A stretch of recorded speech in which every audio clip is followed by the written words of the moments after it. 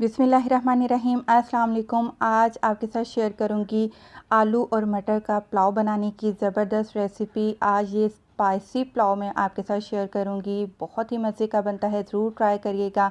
तो आधा किलो मैंने चावल ले लिए, बासमती चावल हैं, पुराने वाले चावल हैं जिनका जायका और खुशबू बहुत अच्छी होती है। इसको आपने 1 घंटा लाजमी भिगो कर रखना है। इसके बाद आपने आधा किलो मटर ले लेने हैं और आलू 1 पाव आप तकरीबन ले लीजिएगा।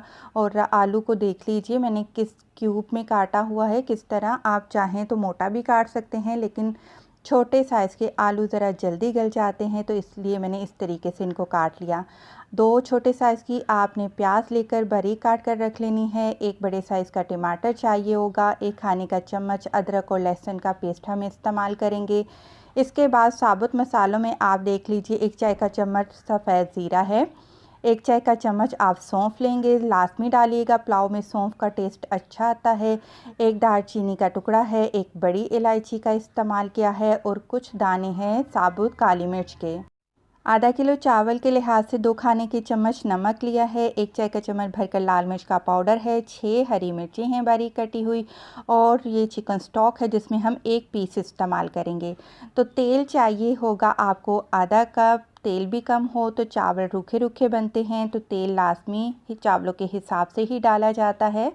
तेल जब गर्म हो जाएगा तो साबुत हम मसाले इसमें डाल देंगे, जिसमें काली मिर्च, इलायची और दालचीनी है। हमने इसमें सौंफ नहीं फ्राई करनी।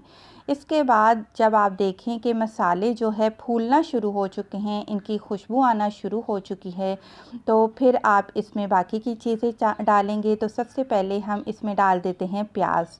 और प्याज को हमने ब्राउन करना है। ब्राउन करेंगे तो तभी प्याज का जो कलर है चावलों पर आएगा। वाइट पुलाव बनाते हैं आप तो प्याज को कलर देना लाजमी नहीं है।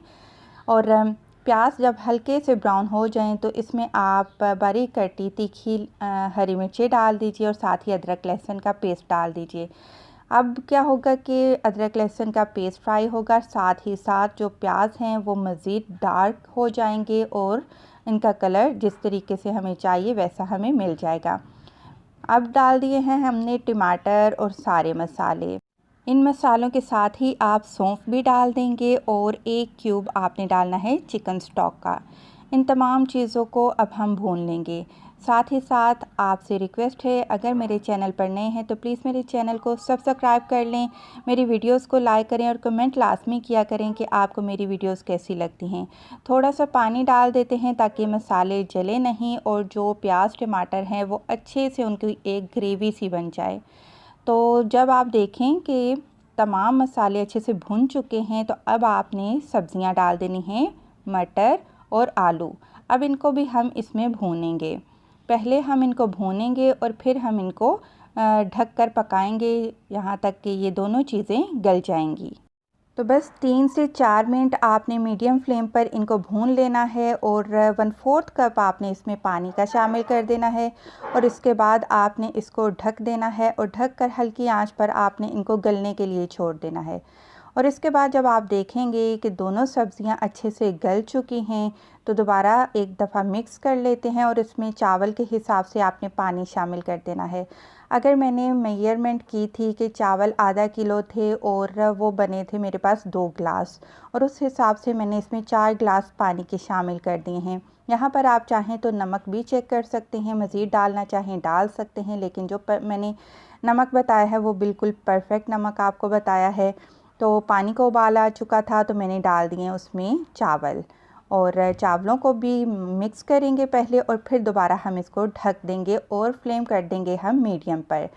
मीडियम फ्लेम पर ही आपने इसको पकाना है यहाँ तक कि पानी जो है कम्प्लीटली आपके चावलों का खुश्क हो जाना चाहिए।